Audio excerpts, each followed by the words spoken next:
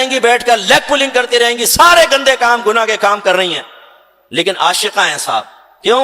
وہ ہم نعت خوانی کر لیتے ہیں, ہم 12ویں پہ بڑا اہتمام کرتے ہیں, نیازیں کھلا دیتے ہیں. ارے بھائی یہ مستحبات ہیں, ان کا درجہ مستحب کا ہے.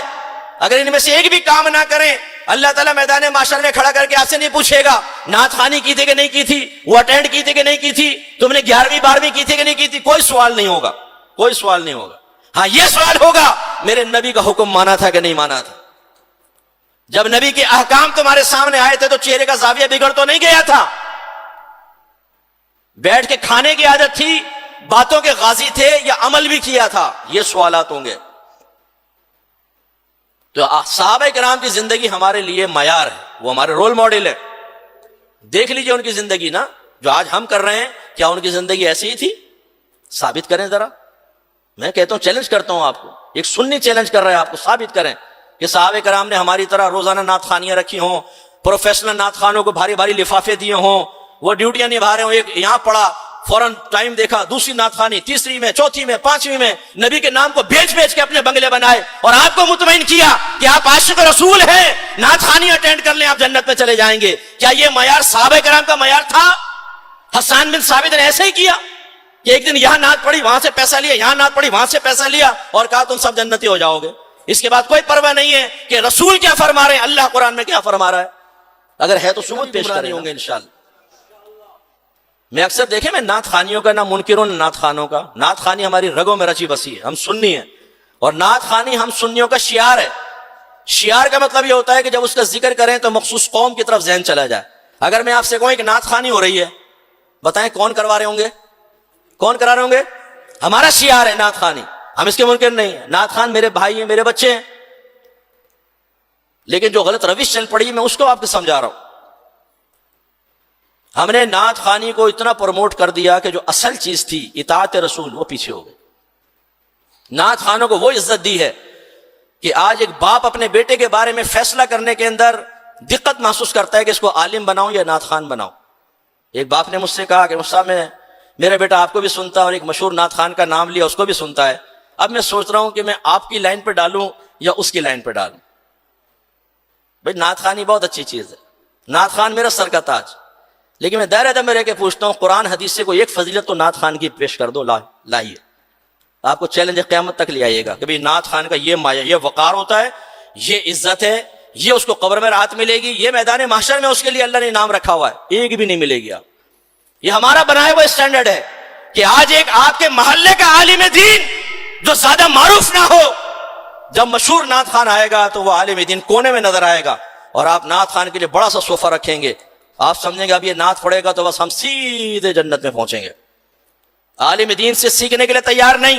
میں چیلنج کرتا ہوں آپ کو, آپ مشہور نعت خوان کو بلائیں, مسجد میں تل دھر کی جگہ نہیں ہوگی, تل دھرنے کی, لیکن اگلے دن اعلان کریں کہ مسجد کے امام صاحب درس قرآن اور درس حدیث کریں گے, 10-15 سے زیادہ آدمی نہیں ہوگا. یہ ہم نے جو اللہ کے احکام بتائے, جو عشق رسول کا صحیح اسٹینڈرڈ بتایا, اس کو سننے کے لیے ہم تیار نہیں. یہ کیسے روش بدل گئی؟ ہم لوگ شادیوں میں نعت خوانی رکھ رہے ہیں, بہت اچھی بات ہے, برکت ہوگی, رکھنی چاہیے, گانے باجے سے تو بہت بہتر ہے, لیکن اس میں ایک عالم دین کا بیان کیوں نہیں رکھ لیتے تاکہ لوگ احکام سیکھیں جو شادی میں. ہم نے صرف نعت خوانی کو کافی سمجھ لیا نا, بس ٹھیک ہے یہ نعت خوانی رکھ لی برکت ہو جائے گی. یہ ذہن کیسے بنا ہے؟ کیوں سنی اس طرف آ گیا کہ قرآن پڑھو نہ پڑھو, حدیث پڑھو نہ پڑھو, نعت خوانی کی محفل رکھ لو؟ کس نے ذہن بنایا؟ کیوں ذہن بنایا؟ اور کیا یہ کافی ہے؟ یہ میں آپ کو سمجھانا چاہ رہا ہوں. اور اگر کبھی عالم دین کو بلا بھی لیا, نعت خوانی کتنی دیر ہوگی جی؟ 2.5 گھنٹے. اور جب عالم دین بیان شروع کرے گا, اس کے کان میں کہیں گے حضور 15 منٹ ہے آپ کے پاس. 15 منٹ میں تو بیچارہ آیا تو اس کا ترجمہ ہی کرے گا اور ٹائم ختم. بس وآخر دعوانا ان الحمد للہ رب العالمین. ہم نہ قرآن سننا چاہتے ہیں نہ حدیث سننا چاہتے ہیں, آپ بند کریں. اور ہم رم جم سننا چاہتے ہیں, اور ہم یہ پروفیشنل نعت خوانوں کو بلا کر واہ کروانا چاہتے ہیں کہ بعد میں لوگ کہیں جی کیا نعت خوانی کی محفل رکھی آپ نے, واہ مزہ آ گیا, مزہ آ گیا. بھائی مزوں کے لیے نعت خوانی رکھ رہے ہیں کیا؟ یہ ہم آپ کو سمجھانا چاہ رہے ہیں. اصل چیز کی طرف آئے جس پر صحابہ کرام علیہم رضوان تھے.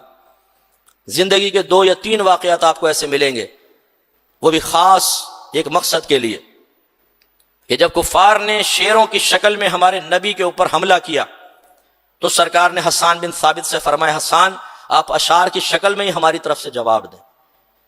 ہجوف شعر میں جو برا بھلا کہتے ہیں اس کو ہجوف کہتے ہیں. سرکار کی ہجو ہوئی، سرکار نے فرمایا آپ جواب دیں، تو حسان بن ثابت نے جواب دیا. بس اس کے علاوہ کوئی ایسا نہیں تھا کہ باقاعدہ نعت خوانیاں ہوں، سرکار تشریف فرماؤ اور ہو رہی ہوں.